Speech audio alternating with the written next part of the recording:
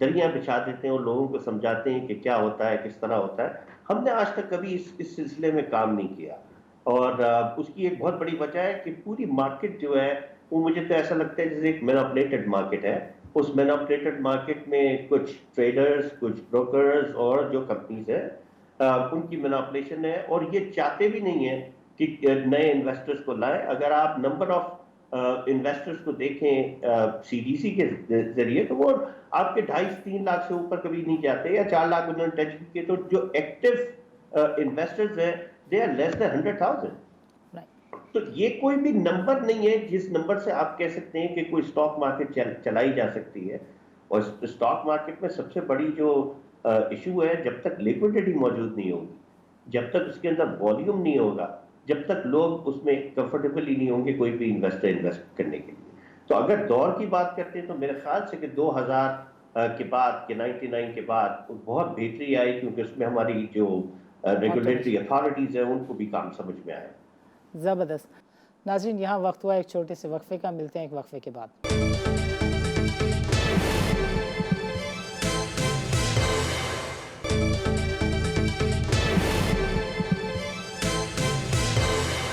Welcome back ناظرین، ہمارے ساتھ موجود ہیں نازش لطفی صاحب. اچھا سر، یہ بار بار بات ہوتی ہے کہ انویسٹر بیس جو ہے وہ نہیں بڑھ رہا، بلکہ انفیکٹ یہ نمبرز جو ہیں وہ کم ہوتے ہیں، اور پھر ایک تھوڑی سی ایک لہر آتی ہے اور تھوڑی سی تعداد بڑھ جاتی ہے. But these numbers continue to remain stagnant. بہت سارے لوگ یہ کہتے ہیں کہ جو لوگ کیپٹل مارکیٹ میں آتے ہیں اور پھر نقصان اٹھانے کے بعد جو واپس جاتے ہیں، لوگ کہتے ہیں کہ انفیکٹ ان کی تعداد شاید زیادہ ہو جو اس وقت ایکٹیو انویسٹر ہیں، وہ اس سے زیادہ ہوں، وچ از وائی جو پرسیپشن کے ایشوز ہیں وہ بہت ہی انفیوریبل ہیں to the development of the market. اس سلسلے میں do you have a suggestion کہ لوگوں کو کس طرح راغب کیا جا سکتا ہے کہ they should come to the capital market? Savers جو ہیں وہ ایک سیف ہیون کے طور پہ اسٹاک ایکسچینجز کی طرف دیکھیں. اس پہ دو چیزیں ہیں. نمبر 1، آپ کے جو بروکرز ہیں، بروکرز مین جو ایجنٹس ہوتے ہیں جو انویسٹرز کو ڈیل کرتے ہیں، وہ پروفیشنلی ٹرینڈ ہونے چاہیے. اور جب تک وہ پروفیشنلی ٹرینڈ نہیں ہوں گے، جب تک وہ یہ ایسے ہی سلسلہ رہے گا کہ ہر ایک ڈپ کے اوپر جب بھی مارکیٹ کریش کرے گی انویسٹرز لوز کر جائیں گے. اور وہ لوز صرف ایک آدمی لوز نہیں کرتا ہے. سمجھنے کی بات یہ ہے کہ ایک آدمی جو لوز کرتا ہے وہ 10 آنے والوں کو بھی روک دیتا ہے، وہ اپنے بہن بھائیوں کو بھی روک دیتا ہے کہ خبردار وہاں نہیں جانا، وہ جوئے خانہ ہے، وہاں پہ جائیں گے تو سب پیسہ لوز کر دیں گے. نمبر 1، آپ کے بروکرز پروفیشنلی ٹرینڈ ہونے چاہیے. They are commission based. So when they are on a commission, they try to trade more and more. So when you are trading more and more, اور جب آپ کمیشن کے سلسلے میں زیادہ سے زیادہ کام کرنے کی کوشش کریں گے تو انویسٹر لوز کرے گا. جتنی تیز گاڑی چلائیں گے اتنا خطرناک ایکسیڈنٹ ہوگا. اور یہی وہ وجہ ہے جس کی وجہ سے لوگ لوز کرتے ہیں. ایک برائٹ سائڈ دکھائی جاتی ہے، ڈارک سائڈ دکھائی نہیں جاتی. انویسٹرز کو یہ بتایا جاتا ہے کہ بہت پیسہ کمائے، ڈبل کر سکتے ہیں، اور وہ نمبرز کے طور پہ شو کرتے ہیں. 26,000 انڈیکس آ گیا تھا سر، 26,000 سے یہ 49,000 48,000 پہنچ گیا. اگر آپ نے خریدا ہوتا تو یہاں سے یہاں پہنچ چکا ہوتا، یہاں سے یہاں پہنچ چکا ہوتا. اگر آپ ان کے خود ان بروکرز کے اسٹیٹمنٹ دیکھ لیں اس پیریڈ کے، تو انہوں نے اس پیریڈ میں جس میں مارکیٹ گئی ہے اس میں بھی لوز کیا ہوگا. مگر لوگوں کو سہانے خواب دکھائے جاتے ہیں. That's the first thing. پھر انویسٹرز ایجوکیشن ہمارے پاس 0/0 ہے.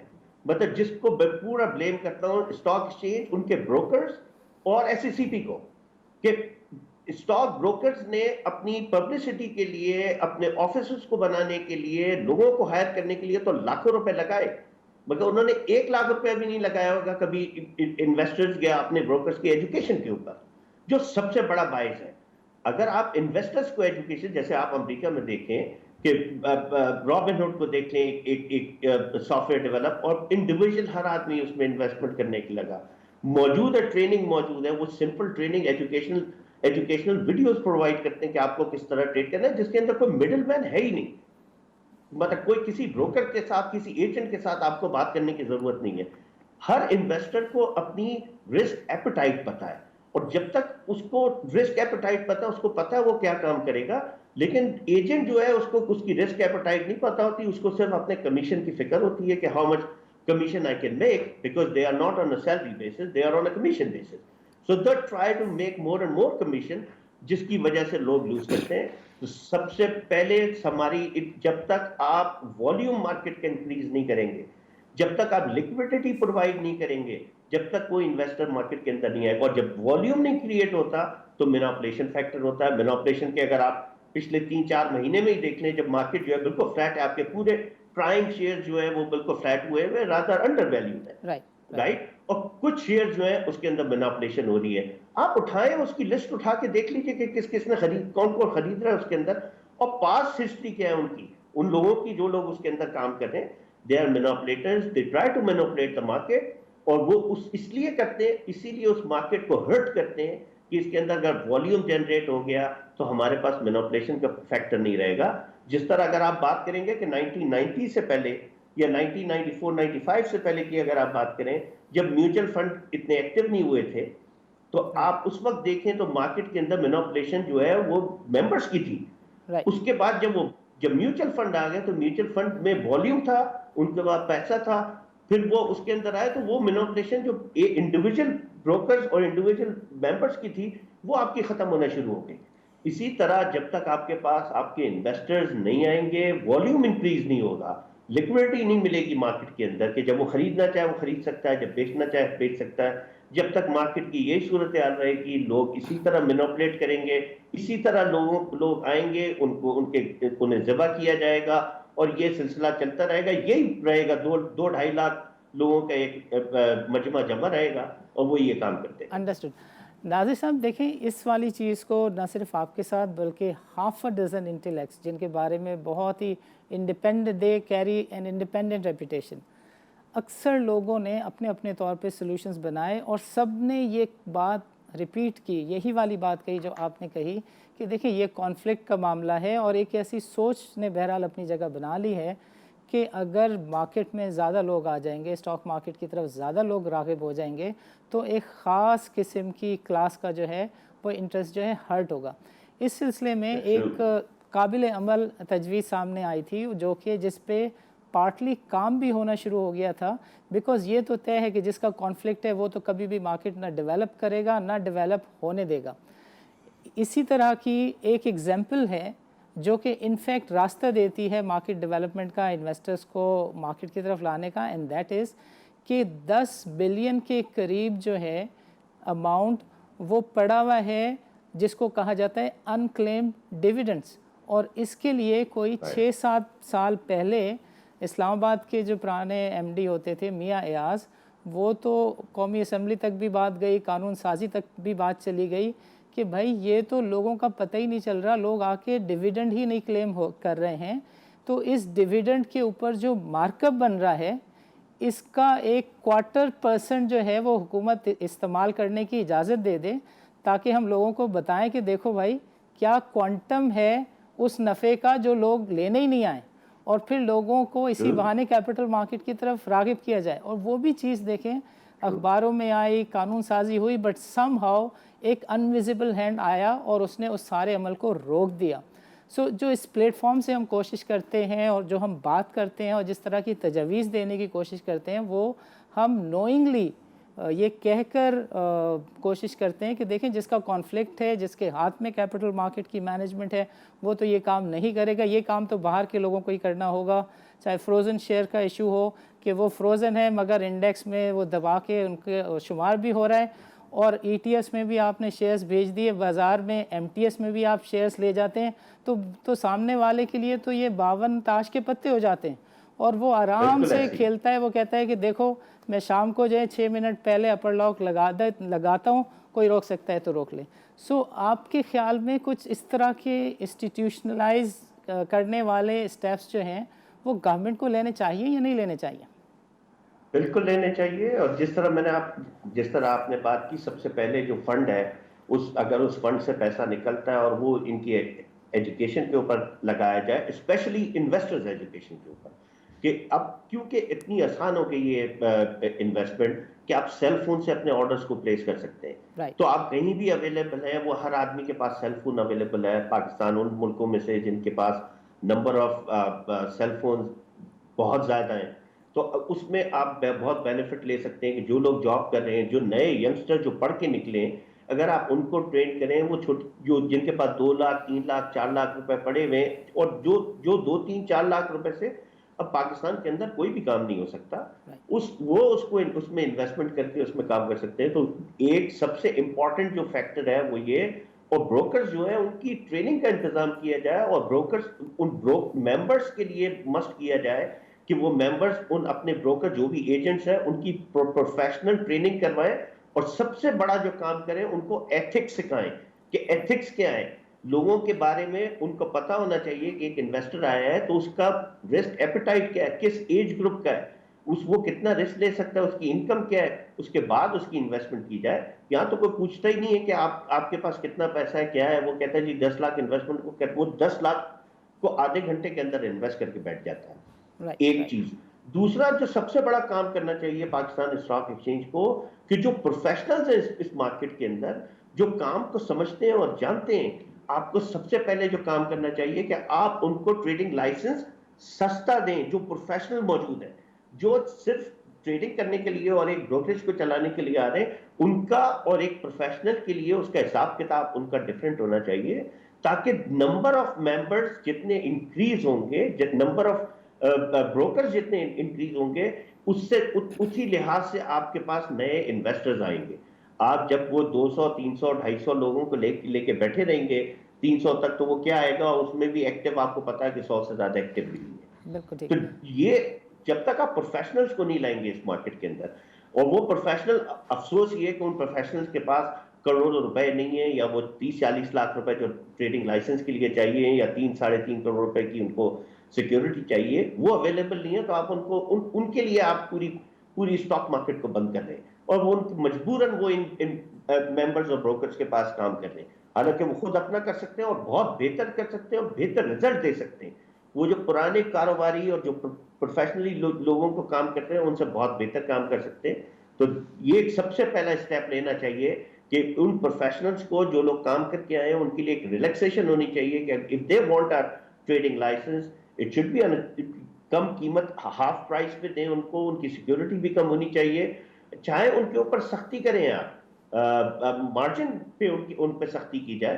اگر ان سے سیکیورٹی ڈپازٹ کم دے رہے ہیں تو ان پروفیشنلز کے لیے وہ کریں. ان کی اگر دوسرے فیوچرز کے اندر 1:4 کی لیوریج پرووائڈ کریں، ان کو 1:2 کی کر دیں، 1:3 کی کر دیں، لیکن ایٹ لیسٹ ان کو چانس دیں تاکہ وہ نئے جوان لوگوں کو لے کے آئیں، پڑھے لکھے لوگوں کو انٹروڈیوس کروائیں، جو مارکیٹ سے ہر مہینے ایک ڈیسنٹ اماؤنٹ کمانے کی کوشش کریں، نہ کہ پورے کلائنٹ کو تباہ کر دیں اپنے کمیشن کے چکر میں. انڈرسٹوڈ. ناظر صاحب، ابھی وقت ہوا ایک چھوٹے سے وقفے کا. ناظرین، بات چیت کا سلسلہ ہم یہیں سے ریزیوم کریں گے آفٹر اے شارٹ بریک.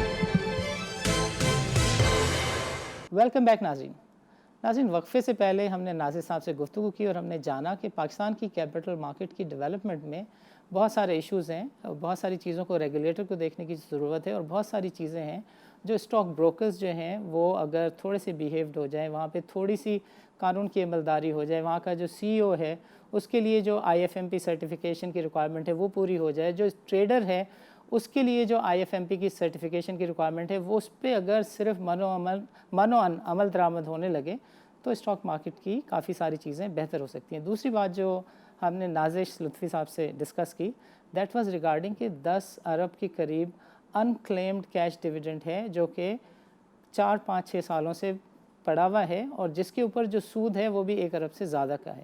اس سلسلے میں ایک تجویز پہ غور ہوا تھا، اور جس کے تحت یہ بات ہوئی تھی کہ اس کا جو 1% بنتا ہے مارک اپ کا، اس کے 1/4% سے انویسٹر اویئرنیس کی ایک ڈرائیو چلائی جائے، اور ان انویسٹرز کو ڈھونڈا جائے کہ جن کا یہ انکلیم ڈیویڈنڈ ہے، اور نئے انویسٹرز کے لیے بھی اس اماؤنٹ کو جو ہے وہ یوز کیا جائے. So that was another thing that we discussed.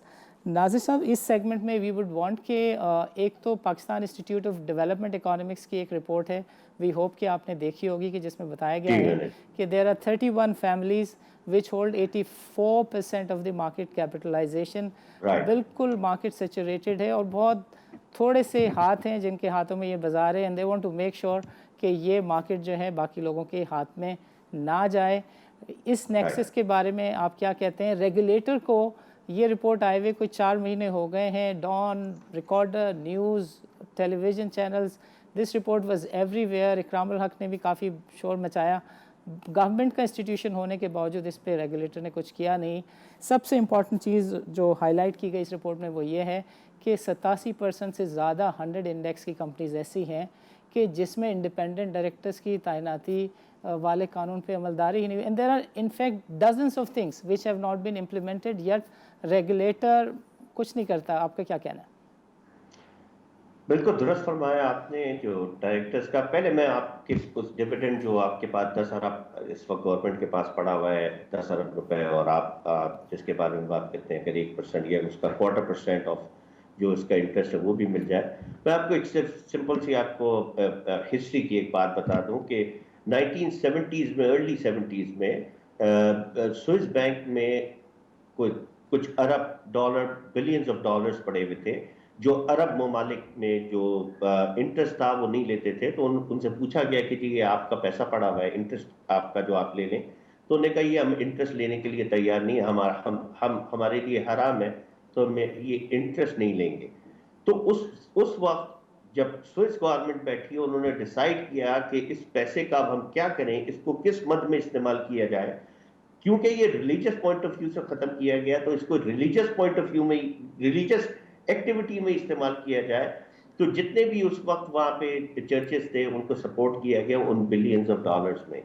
تو سیم میں آپ کی بات سے بالکل متفق ہوں کہ اگر وہ پیسہ جو ڈیویڈنڈ کا جو لوگ نہیں لے چکے یا جب وہ آئیں گے جو اس کا انٹرسٹ بنتا ہے، اگر یہی انویسٹرز ایجوکیشن اور انویسٹر ڈیولپمنٹ کے اوپر یا جو اسٹاک مارکیٹ کے اوپر جو چیزیں استعمال کی جا سکتی ہیں وہ کی جائے تو یہ بہت کارآمد ہوگا. اور بہت ضروری ہے یہ کہ اس کے اوپر انویسٹمنٹ کی جائے، اور یہ انویسٹمنٹ فیوچر انویسٹمنٹ ہے.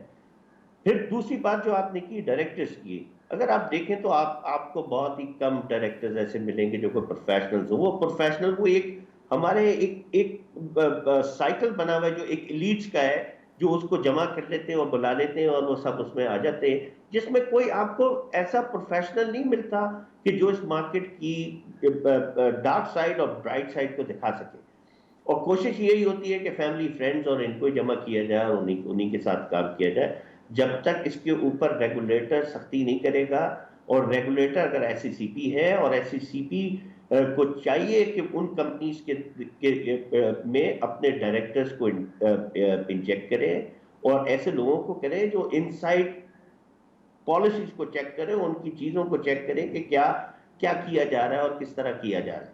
جب تک یہ کام نہیں کریں گے، جب تک یہ اسی طرح چلے گا، یہی 25 سے 27 لوگ ہوں گے جو مارکیٹ کو 80 سے 90%، اور ایک وقت آئے گا کہ وہ 100% مارکیٹ کو چلا رہے ہوں گے. ہمارا اور آپ کا کسی کا بھی کوئی کام نہیں رہے گا جب تک اس کے اندر مارکیٹ کی پالیسیز اور چیزیں کلیئر نہیں ہوں گی.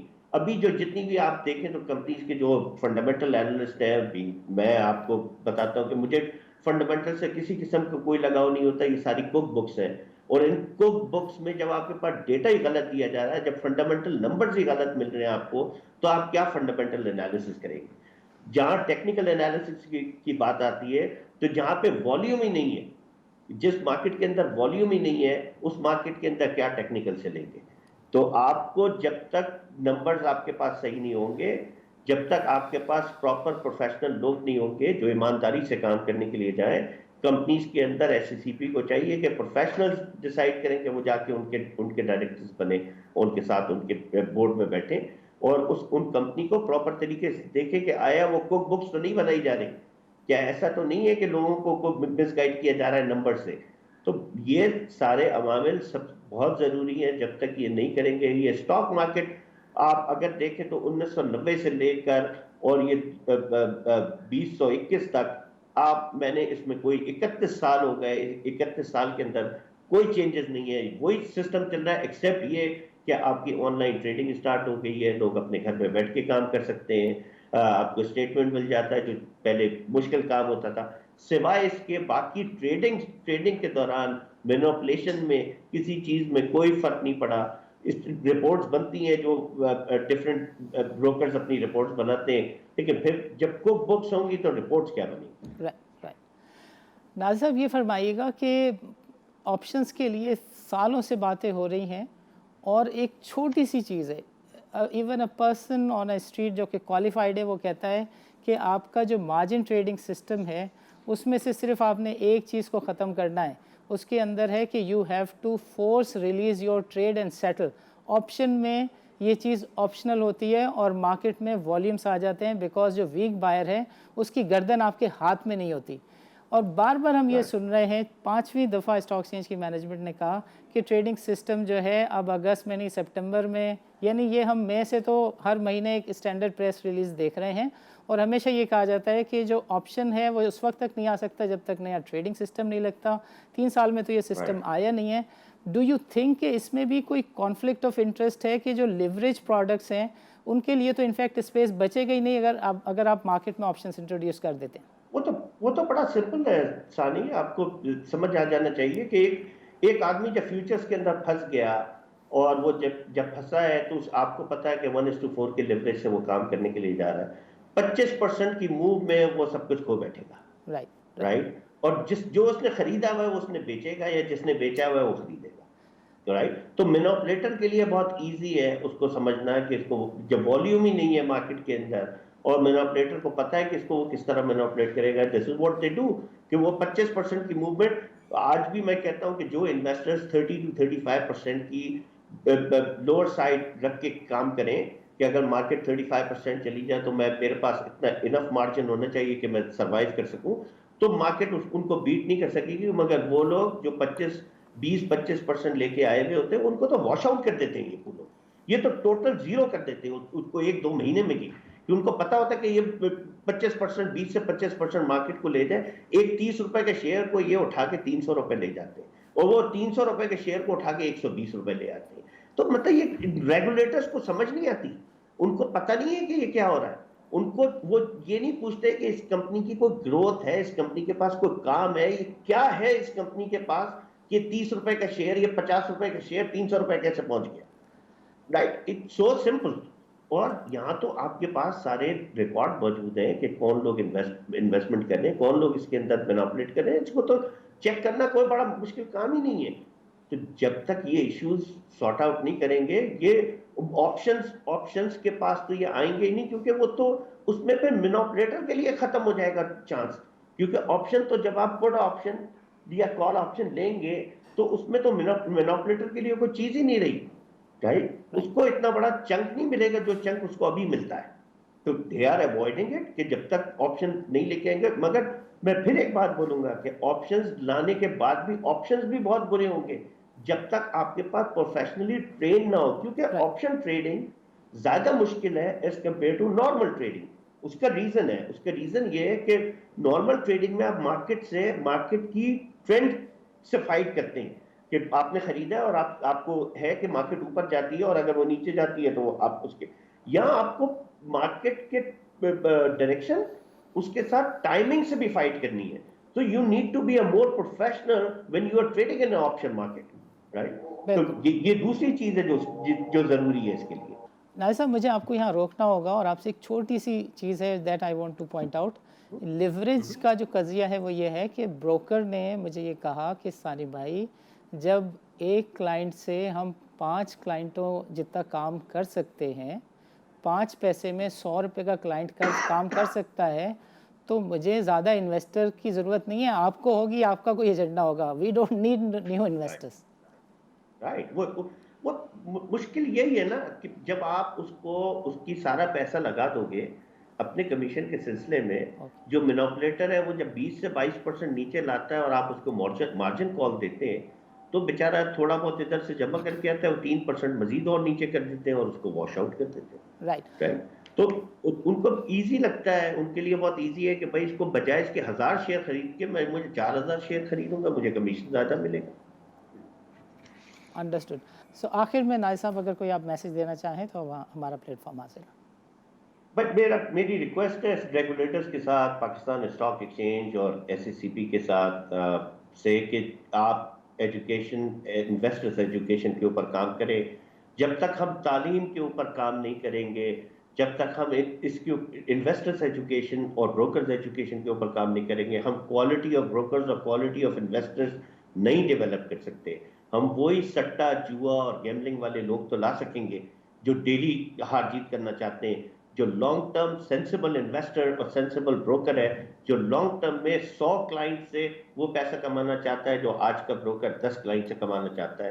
جب تک آپ اس سچویشن نہیں لائیں گے، لیکوڈیٹی اور والیوم نہیں کریٹ ہوگا اس مارکیٹ میں، یہ اسی طرح مینپولیشن چلتی رہے گی اور لوگ اس کو جوا خان نہیں سمجھتے رہیں گے. انڈرسٹوڈ. ناظر صاحب، آپ کے پروگرام کے لیے وقت نکالنے کا بہت بہت شکریہ. ناظرین، آج کے پروگرام میں شریک گفتگو رہے نازش لطفی صاحب. آپ کی پاکستان میں جو انویسٹر ایجوکیشن ہے، کیپٹل مارکیٹ کی ڈیولپمنٹ ہے، اس میں آپ کا ایک خاصا اچھا کردار رہا ہے. آپ نے پوائنٹ آؤٹ کیا کہ پاکستان کی کیپٹل مارکیٹ اگر ڈیولپ نہیں ہو رہی ہے تو اس کی وجہ یہ ہے کہ بروکرز آج بھی آپ کے خیال میں کیپٹل مارکیٹ کے افیئرس کو گورن کرتے ہیں. اگر ایسا نہیں ہے تو بروکریج ہاؤس کا جو سی ای او ہے وہ آج بھی آئی ایف ایم پی کی ریکوائرمنٹ کو پورا نہیں کرتا، اور اس قانون پر جو عملداری ہے اس کی ڈیڈ لائن میں 12 تبدیلیاں ہو چکی ہیں اور شاید اب بھی ہو رہی ہیں. اسی طرح جو بروکر ٹریڈر ہے اس کی بھی جو سرٹیفیکیشنز ہیں اس سے بھی ریلیٹڈ جو قوانین ہیں ان کا کہنا تھا کہ وہ بھی ایز آف ناؤ ایسا لگتا ہے کہ وہ امپلیمنٹ نہیں ہو رہا ہے، بیکاز اگر ان پہ عملداری ہوتی تو بازار کا یہ حال نہیں ہوتا، انویسٹر کا جو انٹرسٹ ہے اس کا اتنا برا حال نہیں ہوتا. The other thing that he pointed out was related to the product. He said کہ آپشنس کی پروڈکٹ جو ہے، بیکاز ایسا نظر آتا ہے کہ بروکرز کا اسٹاک مارکیٹ کے افیئرس پر کنٹرول ہے، اور چونکہ آپشنس کی جو پروڈکٹ ہے وہ best of the best risk management product ہے، اس میں ایک اسمارٹ انویسٹر کا انٹرسٹ جو ہے وہ چونکہ پروٹیکٹ ہو سکتا ہے، اور لیوریج کی جو پروڈکٹ ایم ٹی ایس اور ایم ایف ایس ہے اس میں انویسٹر کی آپ جس طرح چاہیں سینٹرل رائٹ لیفٹ پٹائی کر سکتے ہیں. سو لہٰذا ہی تھاٹ کہ آپشنز جو ہیں وہ بازار میں نہیں آئیں گے، چاہے اس کا بہانہ ٹریڈنگ سسٹم ہو یا کچھ اور ہو.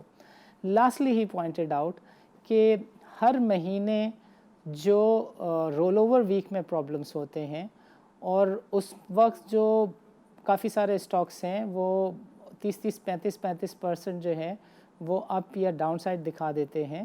سو ہی گیو این ایڈوائس کہ جو ایک ٹریڈر ہے جو انویسٹر نہیں ہے، اول تو انویسٹر کی ایجوکیشن نہیں ہے، but those who are into the business of trading, ان کو کم سے کم 35% مارجنس رکھنے چاہیے، because now it has become a standard phenomena کہ ہر مہینے 30 سے 35% مارکیٹ کو فلکچویٹ کر کے لوگوں سے انفیکٹ مال چھڑایا جاتا ہے اور ہیفٹی پروفٹس اور گینز کو بک کیا جاتا ہے. ناظرین، اس سلسلے کی جو گفتگو ہے اس میں ایک دو اور بھی انٹلیکٹس ہیں جنہوں نے اپنا حصہ ڈالنے کا فیصلہ کیا ہے، ان کے ساتھ گفتگو کا سلسلہ جاری رکھیں گے.